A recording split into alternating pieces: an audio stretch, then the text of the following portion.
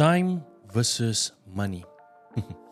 Have you ever heard this expression before? Why can't we have both? Or is that just a broad brush statement that you can only have one?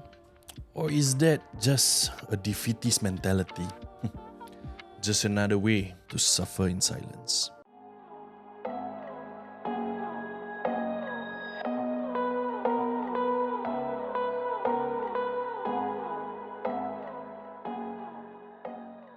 Hey guys, welcome back to episode 4 in Suffer in Silence SG. My name is Rizwan Juraimi.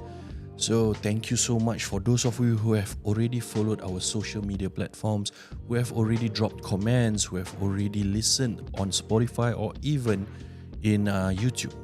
Right, I am trying my best to actually give you at least 2 episodes or 3 episodes per week, so that you can actually get educational info from there, some experiences, and probably you can deliberate whether or not to make your move.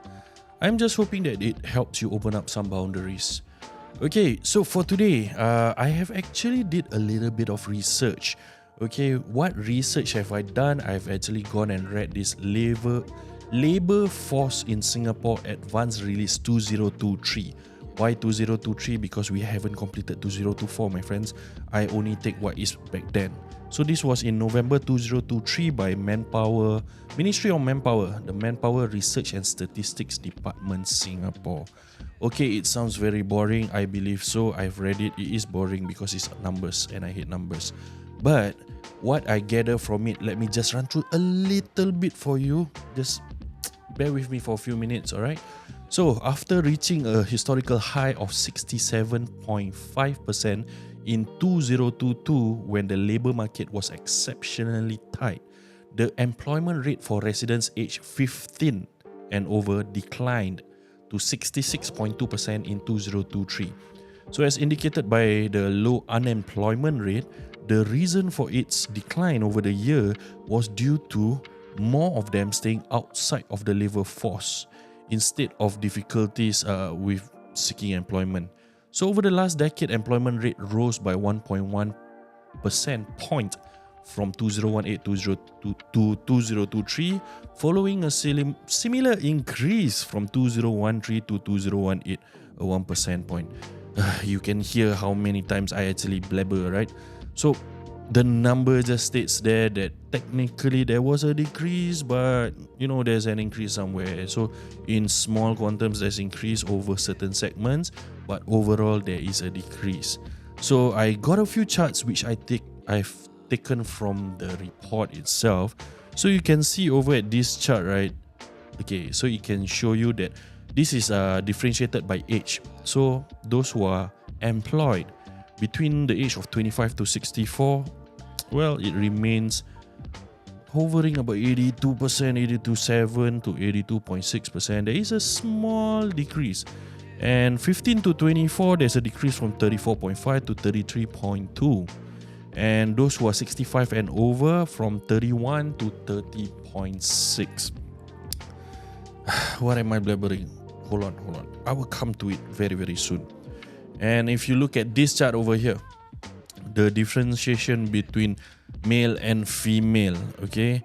So male and female, male dropped from 89.6 to 89, and female increased from 76.2 to 76.6. So the proportion of self-employed residents continued to decline from 13.3% in 2022 to a new low of 12.2% in 2023.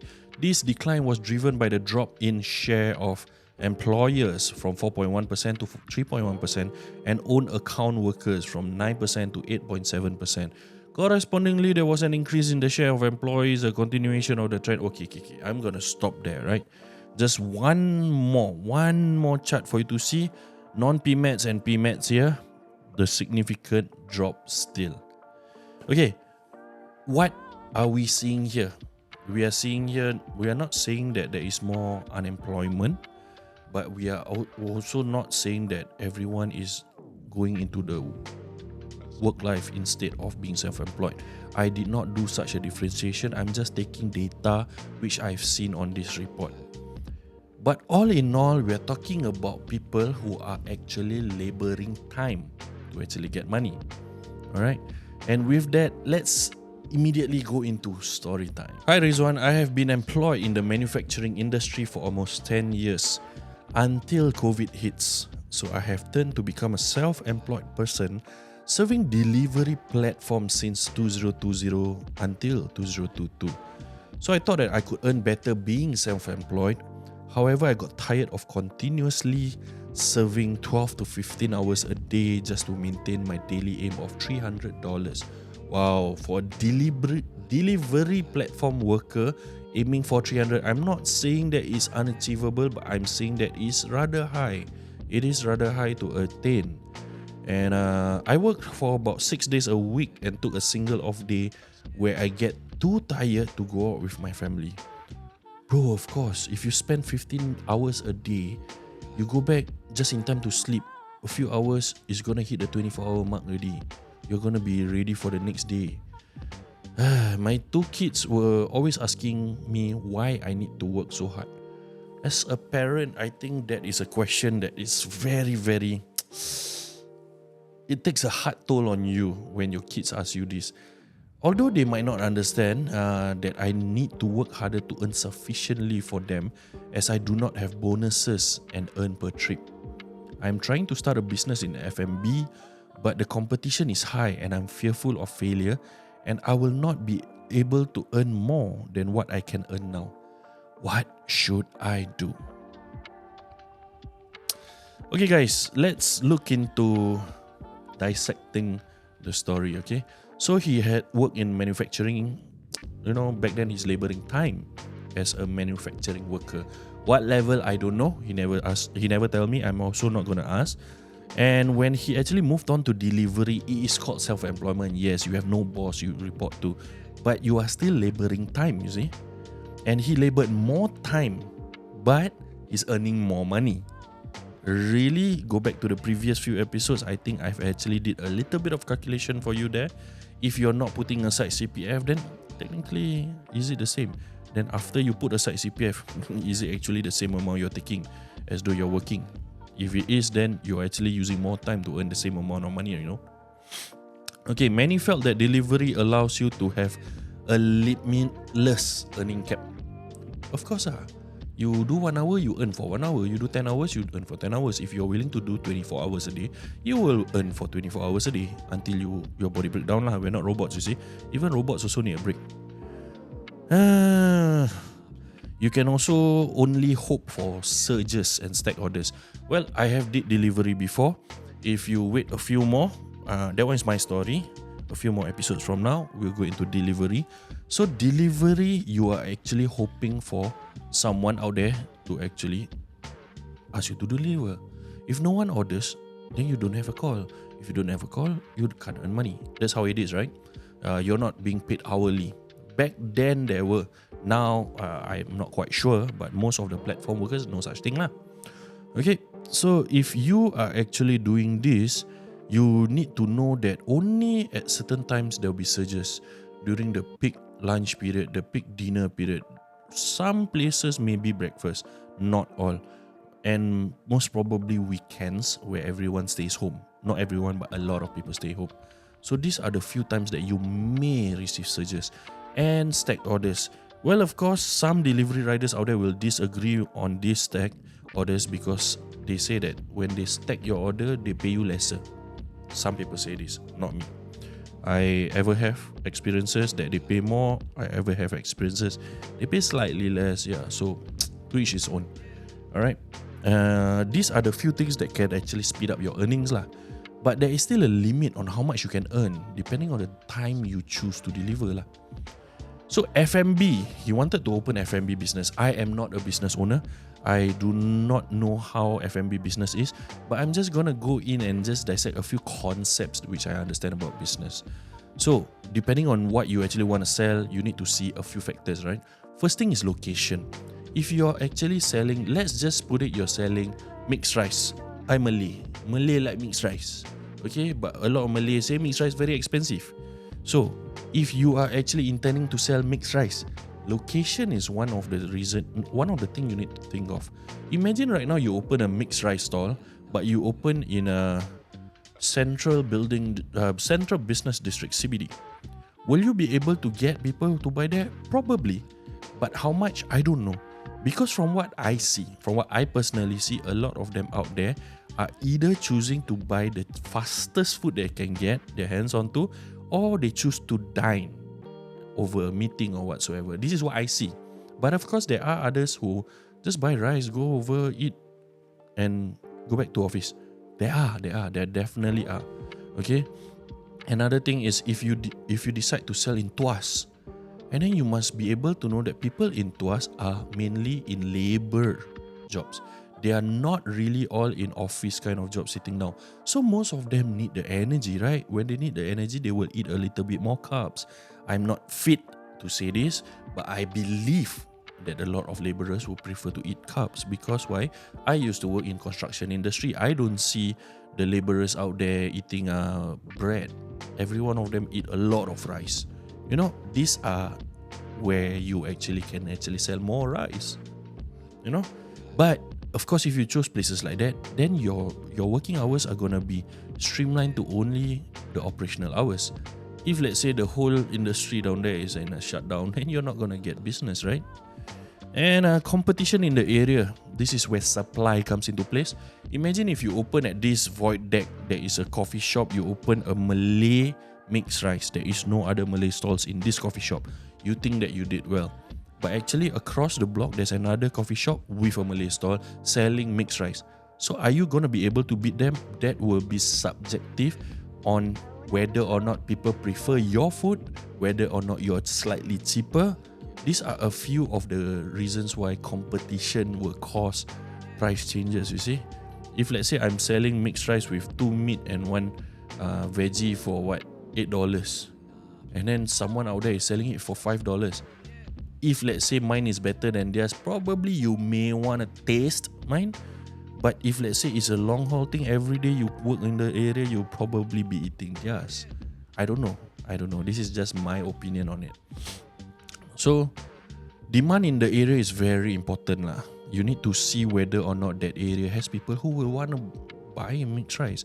If the area has only industries, then you know that during working hours. If the area has a mix between industries and residential, you know that some people would like to actually buy the rice before going back home. But most of the Malay stalls I see stop selling rice at 2-3 p.m. I don't know. Is that a culture, or is this because they did a study that no one wants to buy rice after 4? I'm not sure. I'm really not sure. Personally, I eat rice often until I grow this much, and nowadays I try to avoid rice. So you lost me as a customer.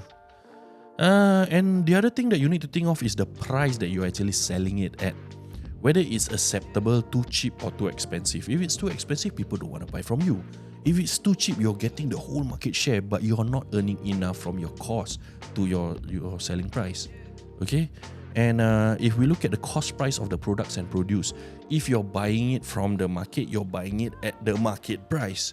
But if you have a supplier, you're buying it at a wholesale price. So you need to be able to see, and is your daily output more than what is required? Or I shall say that if let's say you can sell 100 plates in a day, are you able to actually sustain that to order from a supplier? Is the supplier going to give you a good price to order that bulk? Or is not sufficient enough and you need to actually buy from a market? Then you're buying at a market price, which means you're paying more for the produce and products. And that's probably the reason you need to sell higher, right? So other than that, manpower or self-labor? You want to open an F&B business, you need to decide on this. Probably you will start and say that, no, I'm going to do it myself first. I'm going to ensure the SOPs, right? I'm going to ensure that people know who I am. And if the food is nice, I can get the feedback. If it's not, then I can also change it here and there, right? Okay, fair and good. But the moment it is stabilized, how long? I don't know. You F&B people tell me how long it takes to stabilize, and you find that, okay, right now it's stable, the taste is there and everything. Is it sufficient for you to continue on doing it on your own? Because I've seen uncles and auntie who labored from their early stages of life together as a husband and wife until old age, until their children already go to school and finish school and already working, they're still in that same labor. but they are still laboring time.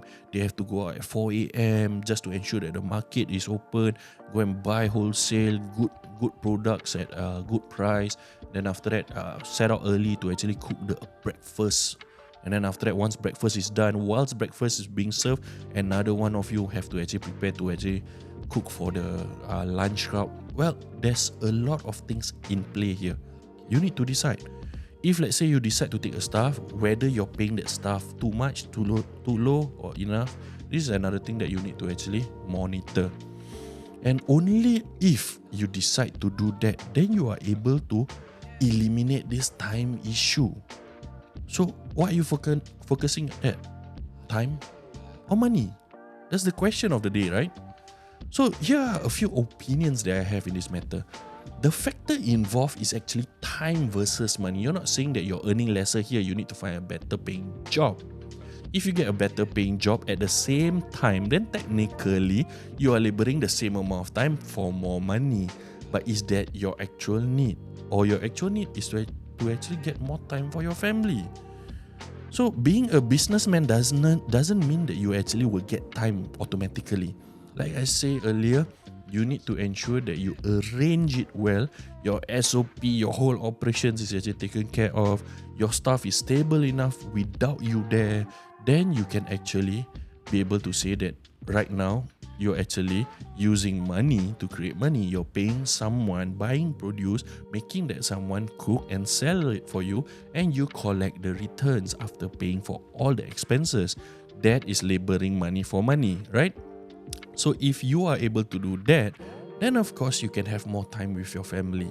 But if you find that it's insufficient, your earnings is not there, it is still rather unstable, sometimes you don't have enough to pay your staff, or sometimes you have to cut back on the produce, then something is wrong somewhere, you see. You need to be able to, fine tune it before you actually decide that right now you can afford to buy time using money.